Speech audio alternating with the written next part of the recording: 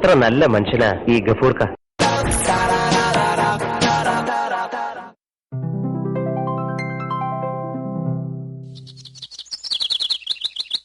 എങ്ങനെ ഉണ്ടായിരുന്നു പരമു ഓണാഘോഷമൊക്കെ? ഓണാഘോഷം എന്നല്ല, ഓഫ് ആഘോഷം എന്ന് ചോദിക്കേ. വെള്ളം അടിച്ച അന്ന് മൊത്തം ഓഫായിരുന്നല്ലോ. അങ്ങനെയൊരു ഓഫാഘോഷം കൂടി കഴിഞ്ഞു. നീയൊന്നും നന്നാവില്ലടോ. നീയല്ലേ കഴിഞ്ഞ ആഴ്ച നിന്റെ ഭാര്യയുടെ തലയെ തൊട്ട് സത്യം ചെയ്തത് ഇനി വെള്ളം അടിക്കൂലെന്ന്. അതിനാരാ വെള്ളം അടിച്ചത്? വെള്ളം കൂട്ടാണ്ട് നല്ല പച്ചയ്ക്കാ ഞാൻ ഒരു കുപ്പി അടിച്ചു കയറ്റിയത്.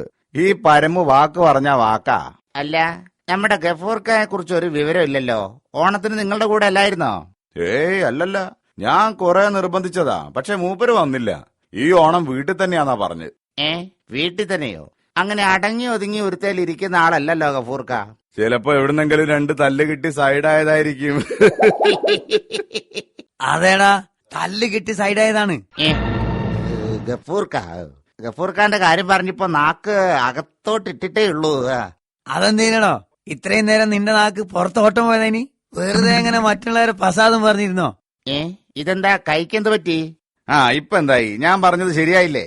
തല്ല് കിട്ടിയതായിരിക്കും അല്ലേ ഗഫൂർക്ക? ഒന്ന് പോട് വലാലാടുന്ന്. ഞമ്മക്ക് ഓണാഘോഷത്തിന്റെ അടുക്ക് ചെറിയൊരു പരിക്ക് പറ്റിയാണ്. ഇതെന്ത് പരിക്കാണിത്? വിരലില് മാത്രം കെട്ട്. പടക്കം പൊട്ടിക്കുമ്പോ പൊള്ളിയതാ? ഏയ് അതൊന്നുമില്ലാന്ന്. ഓ, അപ്പൊ കമ്പവലിക്ക് പങ്കെടുത്തിട്ടുണ്ടാവൂലേ? അങ്ങനെ കൈ മുറിഞ്ഞതായിരിക്കും. കമ്പവലി ഇതൊന്നും അല്ലടോ. പിന്നെ എന്താ? പൂക്കളം ഇട്ടിട്ട് വിരലിന്റെ എല്ലൊടിഞ്ഞതാ? പൂവിന്റെ വില കേട്ടാ തന്നെ തലയിറ്റി പോകും. അന്നേരാണ് പൂക്കാടാൻ പോണത്. ഇതൊന്നും അല്ലടോ. എന്നാ ഉറപ്പാ നിങ്ങൾ വെള്ളം അടിച്ച് ഫിറ്റായിട്ട് എവിടെങ്കിലും കൈയും കുത്തി വീണ് കാണും. ഒരൊറ്റ ചവിട്ട് തന്നല്ലോ. നമ്മൾ ഓണാഘോഷം ഫുള്ള് വീട്ടിലായിരുന്നു പറഞ്ഞല്ലേ. എന്നാ പിന്നെ നിങ്ങൾ തന്നെ പറയ്, വിരലിന് എന്താ പറ്റിയത്? TV തുറന്ന എല്ലാ ചാനലിലും പുത്തൻ സിനിമകളാണല്ലോ ഓണത്തിന്. അങ്ങനെ എല്ലാ ചാനലിലെയും സിനിമ മാറ്റി മാറ്റി കണ്ട് ഓണാഘോഷിച്ചു. എന്റെ ഗഫൂർക്ക, സിനിമ കണ്ട കൈക്ക് എന്ത് പറ്റാനാ?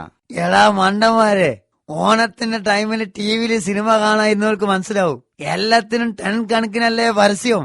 ഒന്നില് പരസ്യം വരുമ്പോ ചാനൽ മാറ്റി മറ്റേതിടും. അതിലും പരസ്യം വരുമ്പോ അതിന്റെ അടുത്തതിലിടും. അങ്ങനെ TVയിൽ വന്ന എല്ലാ പുത്തൻ പടങ്ങളും കുറച്ച് കണ്ട്. അതും കൈയുമായിട്ട് എന്ത് ബന്ധം? ബന്ധണ്ട് മോനെ. ഒരു ചാനലിൽ പരസ്യം വരുമ്പോ നമ്മൾ ചാനൽ മാറ്റിയല്ലോ. അങ്ങനെ റിമോട്ടിൽ ചാനൽ മാറ്റി മാറ്റി കൈക്ക് തയമ്പ് വന്നതാണ് മോനെ.